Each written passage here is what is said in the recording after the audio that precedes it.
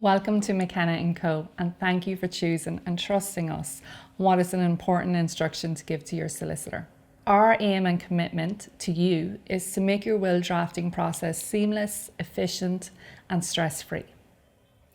The purpose of this video is to give you an insight into the process and to give you the comfort of what will happen at each step of the process. If you follow the below steps, we can process your will in an efficient and timely manner. The first contact that you will receive from our office is from our admin team, who will send you what is called a Section 150 letter, which is a letter formally outlining our fees, which we would have previously agreed with you when you decided to move forward with us.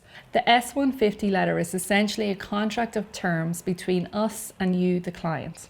Once our admin team has issued the S150 letter, which sets out our legal fees, and once our fee is paid, we then arrange a Zoom call to take your initial instructions from you. Please note, we will be seeking the following information from you. You will need to appoint 2 executors in your will.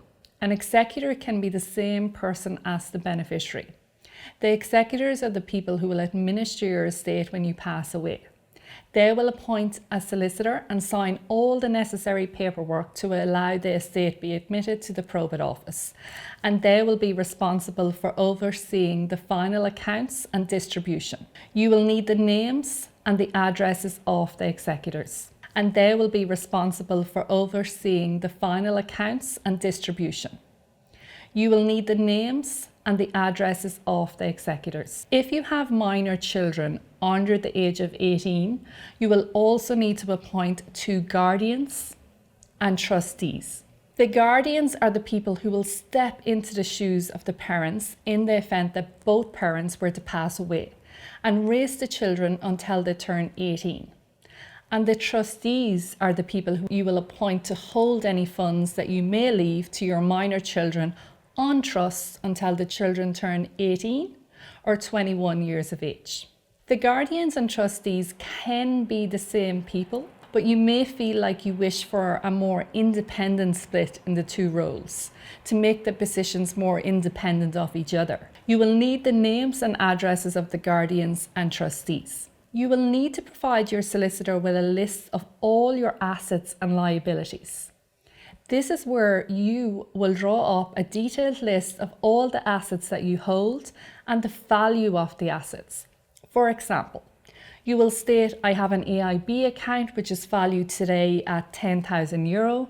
I have a Bank of Ireland account, the account number is X and it is valued at €500.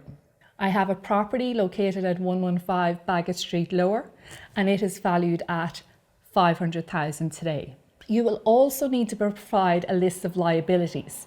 For example, I have a Bank of Ireland mortgage over my house at 115 Bagot Street Lower, and that mortgage is valued today at €200,000. And I have an AIB credit card debt valued at €2,000.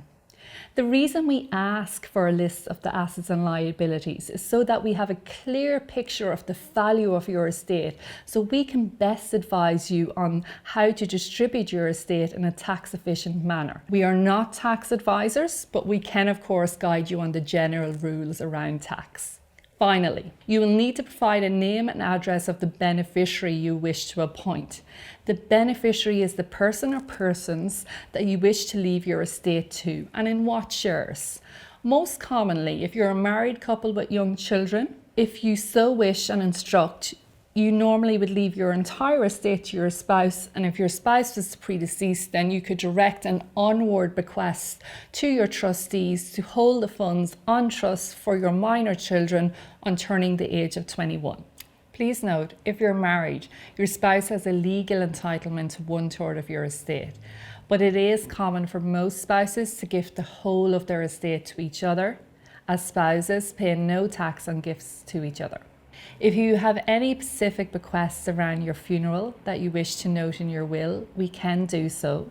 But at times, people tend to keep that information more confined to a personal conversation with family. But the option to do so is available. Once we have completed our consultation with you over Zoom and received your full instruction, we then draft your will. And we send you your draft will within 2 weeks of your instruction. Once your will is drafted and approved by you, we then arrange a meeting for you to attend our office at 115 Bagot Street Lower, Dublin 2, to get you to execute the original will in the presence of 2 of our staff as witnesses. Your will then be bounded up as an original and placed in our safe for safekeeping. You can, of course, take your original will with you after the meeting if you wish, but we strongly advise against this, as it is an important document that should be stored in a safe. We can store your will for you free of charge. After the meeting, we then email you a copy of your scanned will for your records, and you can notify your executors that you have appointed them in your will, and also where your will is stored, so they know who to contact on your passing. You don't need to show an executor or a beneficiary what is in your will. This is private and personal to you. Thank you.